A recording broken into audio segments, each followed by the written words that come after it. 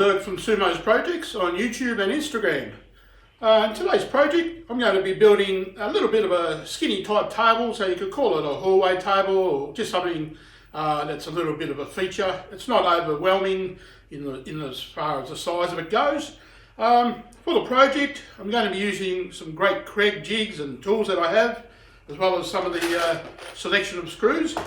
But keeping this very simple, using recycled materials from pallets, a little bit of leftover material from the hardware store, and also here I've got a little bit of plywood. Plywood comes up pretty good, you'll see at the end of the project, and we'll dress it all up and make it look really good. So let's walk into this build.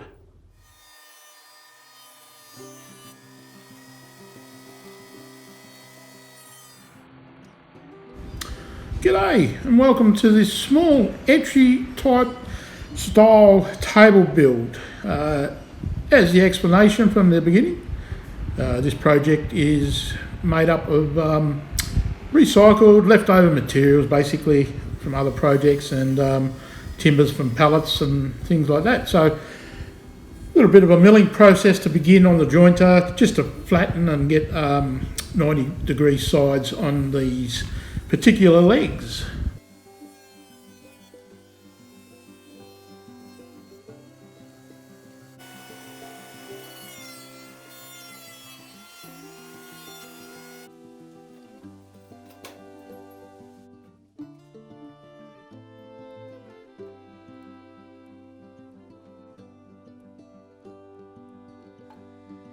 Once the milling process had finished, I went over to the table saw and just about maxed out the height of my blade. So I cut the opposing sides, and that will give me parallel faces all round. So this was the next part of the process. Easy go, push it through steadily, and you won't encounter too much burns. So a good task, just take your time.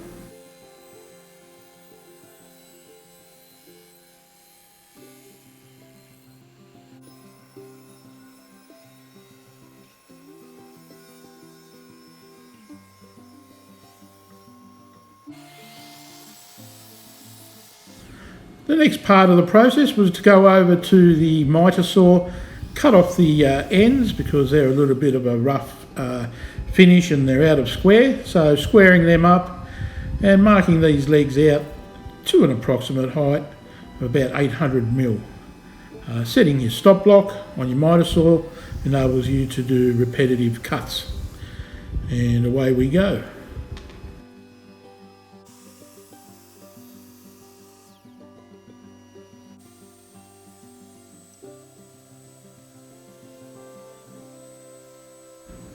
Running the frame and panel or the rails and stiles through the thicknesser to clean the face, and this allows us to get it down to a size which is consistent all round.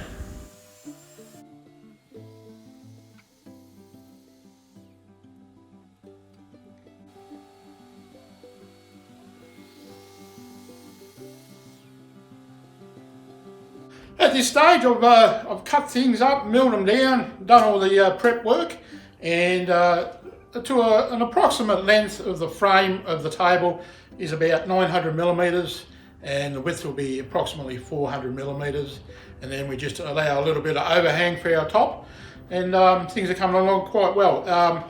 Next part of the process, I'm actually going to go to my Kreg router table, which is a PR 1045. And it's a thing I've been going to for years. I love it. It's just helped out with so many projects, actually most projects. So let's go ahead and just put a nice round over on some of the legs because they've got sharp corners at the moment. Now this is my Kreg router table, the PR 1045. Had this for a long time and absolutely love it. I do most of my work on this as far as doing things like putting a round over, as you can see now. So many good bits you can use for different profiles, chamfers and what have you. So I'd recommend getting a router table. I like the Kreg system of tools, and yeah.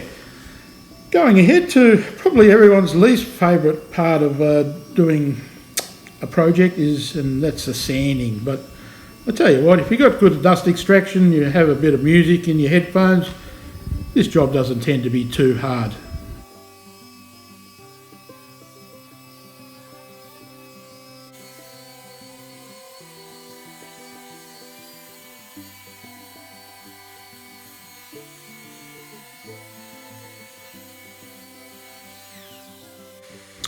Then go over to my Kreg K4 system to drill out the pocket holes, and this is easy work with this little jig, and it's quite fun to do.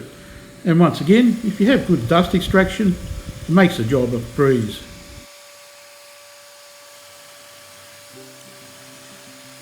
I've done all the pocket holes, drilled them all out, placed and clamped the legs and the rails on the workbench, and it's a good idea to secure them down. I've got a spirit level on this side, so I've got a flat reference point, and squaring this up as I go with a square.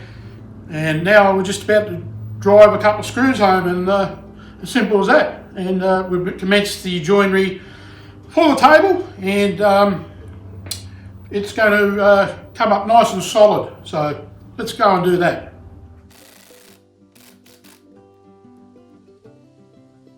I have a spacer underneath this. It's about a 12mm reveal, so it just helps in the overall presentation. When you do your joinery, make sure you've got a flat surface so you can get all your parts nice and parallel and flat to each other, 90 degrees. And then go about driving in these pocket hole screws. Now, one of the things here you want to remember is that when you are driving them in, you can use this. It's an impact driver, as you hear. Once it's home, it'll just do a bit of a rattle noise, and that's indicating that you've driven the screw right home.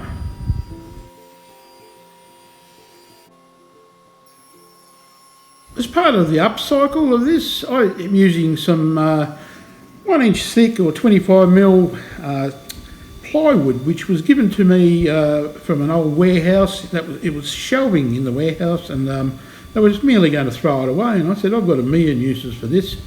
And so I built quite a few jigs and other projects using this material.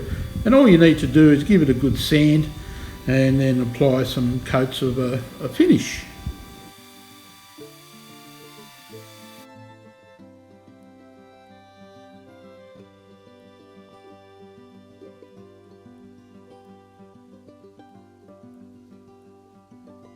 Using some Timbermate here to just fill a few voids and cracks, and letting it dry, and then resanding that down to a flush finish. Now I've done the prep work, sanded this up to about a 320, and I've got this wood varnish from Aldi. I've used it a little bit, and it's quite good. It's an oak, so and I think it's very much a water-based, so no odour at all, and it's really good to work with in that regard when you consider if you're in a workshop and you just want to keep that type of environment nice and healthy. So I'll put a few coats of this on, and probably then after that put a poly finish on top just to add a little bit more of that lustre. So let's go ahead and do that.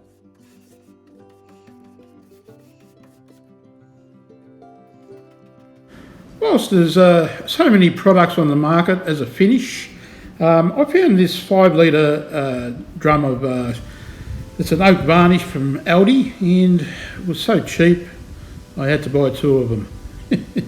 Well, you can't beat a bargain. Now, I always love painting the frame of a lot of the products like tables with a black spray. It's quick and easy, and adds a wonderful contrast, in my opinion, to any of the darker type timber tops and surfaces you're going to put on.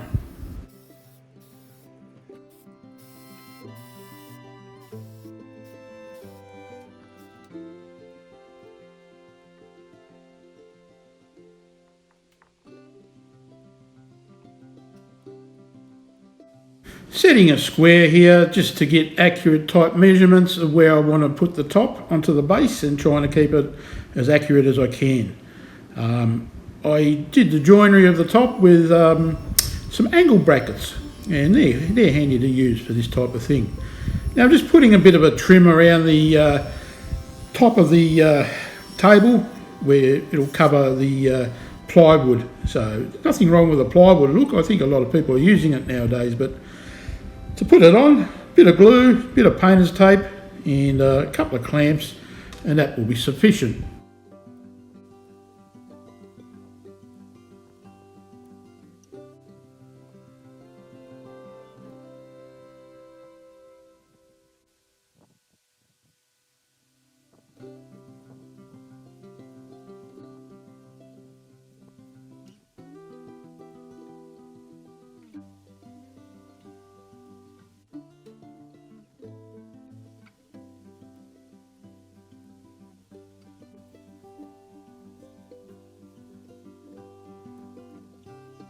I'm adding 3 coats of polyurethane, water-based that is, and this adds a little bit of a hardening luster. So thank you for watching, and I hope you enjoyed the video and got something out of it.